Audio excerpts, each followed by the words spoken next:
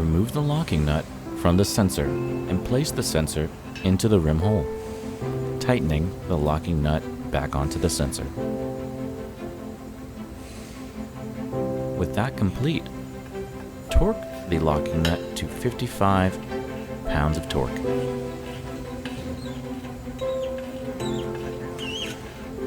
Once complete, you're ready to add the tire.